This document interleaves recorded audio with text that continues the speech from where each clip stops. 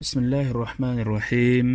الحمد لله رب العالمين، والصلاة والسلام على أشرف الأنبياء والمرسلين نبينا محمد وعلى آله وصحبه أجمعين، أما بعد. السلام علیکم ورحمۃ اللہ وبرکاتہ. محترم سامعین، اربعین نویہ کی 24ویں حدیث اور اس کا ترجمہ آپ سماعت فرما چکے ہیں. اس حدیث سے مستنبط چند فوائد و احکام بھی سماعت فرمائیے. یہ حدیث قدسی کہلاتی ہے کیونکہ نبی اکرم صلی اللہ علیہ وسلم اللہ تعالیٰ سے روایت کر رہے ہیں. یہ بہت اہم اور عظیم اور عظمت والی حدیث ہے. اللہ تعالیٰ نے اپنے نفس پر ظلم کو حرام کیا ہے کیونکہ وہ مکمل عدل و انصاف والا ہے. اس کے عدل میں کوئی کمی نہیں ہے. ارشاد ہے، ان اللہ لا یظلم مثقال ذرہ، سورۃ النساء آیت نمبر 40. بے شک اللہ تعالیٰ ایک ذرہ برابر ظلم نہیں کرتا. نیز ارشاد ہے، وَمَن يَعْمَلْ مِنَ الصَّالِحَاتِ وَهُوَ مُؤْمِنٌ فَلَا يَخَافُ ظُلْمًا وَلَا هَضْمًا، سورۃ طٰہٰ آیت نمبر 112. اور جو نیک اعمال کرے اور ایماندار بھی ہو تو نہ اسے بے انصافی کا کھٹکا ہوگا نہ حق تلفی کا. اللہ تعالیٰ نے قدرت کے باوجود بندوں پر ظلم و زیادتی کو اپنے اوپر حرام کر لیا ہے. یہ اس کا بہت بڑا فضل و احسان ہے. سامعین کرام، ظلم کی دو صورتیں ہو سکتی ہیں. ایک تو یہ کہ بندہ خود اپنی جان پر ظلم کرے، اور وہ یہ کہ شرک کا ارتکاب کرے، جو سب سے بڑا ظلم ہے. اس سے بڑا کوئی اور ظلم نہیں ہو سکتا. اسی لیے اللہ تعالیٰ نے قرآن مجید کے اندر فرمایا، ان الشرک لظلم عظیم، سورۃ لقمان آیت نمبر 13. ان الشرک لظلم عظیم، یقیناً شرک بہت بڑا ظلم ہے. یا گناہ صغیرہ یا کبیرہ کا ارتکاب کر لے شرک کے علاوہ، تو اللہ تبارک تعالیٰ کا ارشاد ہے اس بارے میں، وَمَن يَتَعَدَّ حُدُودَ اللَّهِ فَقَدْ ظَلَمَ نَفْسَهُ، سورۃ الطلاق آیت نمبر 1.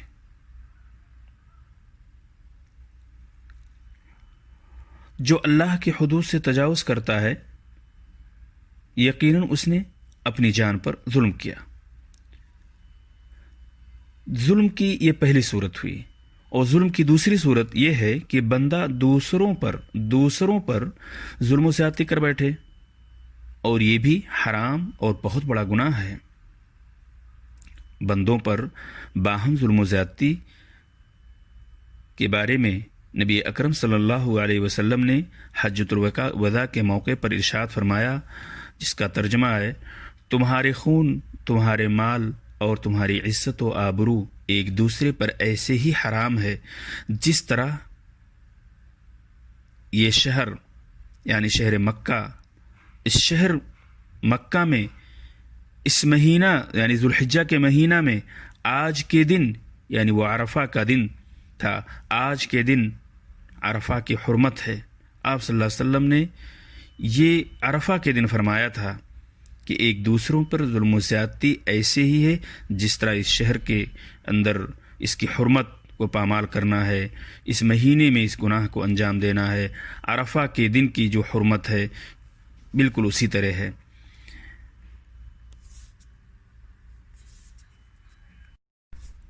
اللہ تبارک تعالیٰ سے ہدایت طلب کرنا بہت ضروری ہے.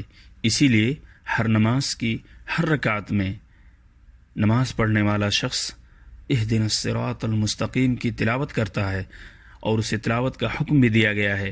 نبی اکرم صلی اللہ علیہ وسلم اپنی رات کی دعا میں پڑھا کرتے تھے، اللہم رب جبرائیل و میکائیل و اسرافیل فاطر السماوات والارض عالم الغیب والشہادہ انت تحکم بین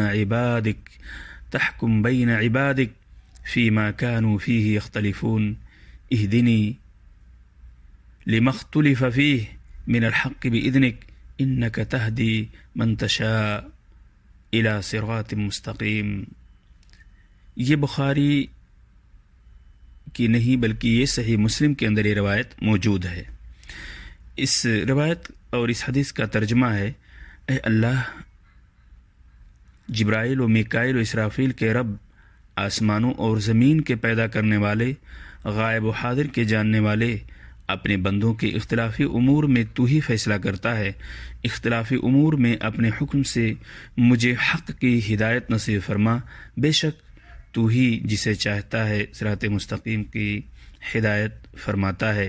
نیز نبی اکرم صلی اللہ علیہ وسلم سے ایک دعا اس طرح مروی ہے، اللہم انی اسألک الہدی والتقی والعفاف والغنی۔ یہ روایت صحیح مسلم کے اندر موجود ہے، اے اللہ، میں تجھ سے ہدایت، تقوی، پاک دامنی اور بے نیازی کا سوال کرتا ہوں۔ تو اللہ سے ہدایت طلب کرنا نہایت ضروری چیز ہے۔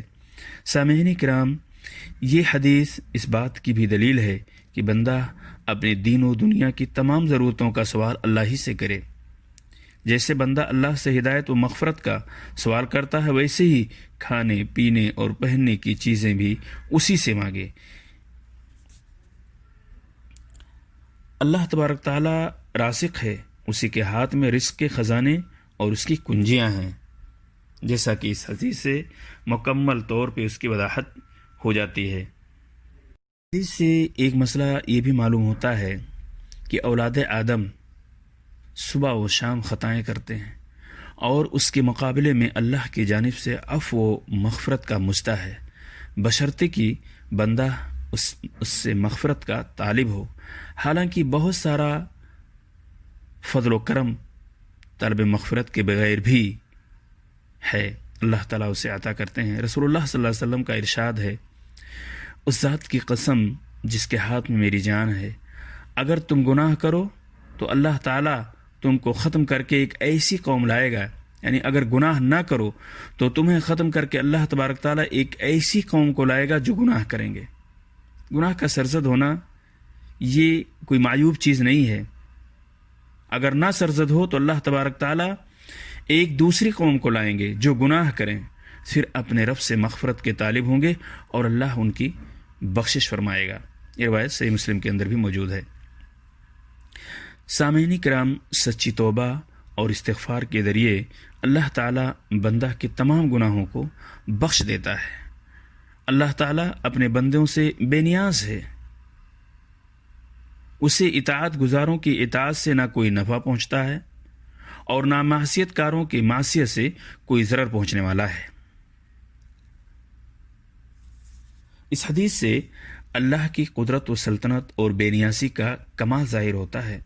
اگر اللہ تعالیٰ بیک وقت و بیک مقام سارے انسانوں، جنات کو ان کی مانگی ہوئی مرادیں عطا کر دے، تب بھی اس کے خزانے ختم نہیں ہوں گے، بلکہ خرچ کرنے سے کم بھی نہ ہوں گے۔ سامعین کرام، اللہ تبارک تعالی بندوں کے عمل گن گن کے رکھتا ہے اور انہیں اس کا بھرپور بدلہ دے گا۔ اگر عمل خیر ہے، نیک عمل ہے، تو اس کا بدلہ 10 گنا سے 700 گنا بلکہ اس سے بھی کئی گنا بڑھا کر عطا فرمائے گا۔ لیکن اگر عمل بد رہا تو اس سے جیسا ہی جوں کا توں اسی طرح بدلہ ملے گا، زیادتی نہ ہوگی۔ البتہ اگر اللہ چاہے گا تو اسے بھی معاف کر سکتا ہے اور کر دے گا۔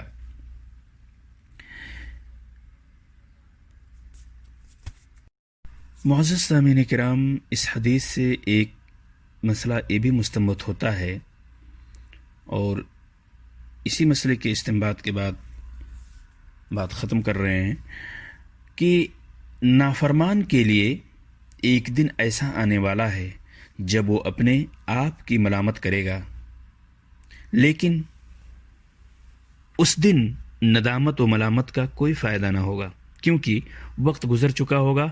آج دنیا میں مہلت ہے کہ انسان اپنے گناہ سے باز آ جائے اور اس کی اور اللہ کی طرف رجوع کر لے اور اپنے گناہوں کی معافی اور تلافی کر لے، توبہ و استغفار کر لے۔ محترم سامعین کرام، اس حدیث سے ہم نے بہت سارے مستنبط مسائل و احکام کو سنا.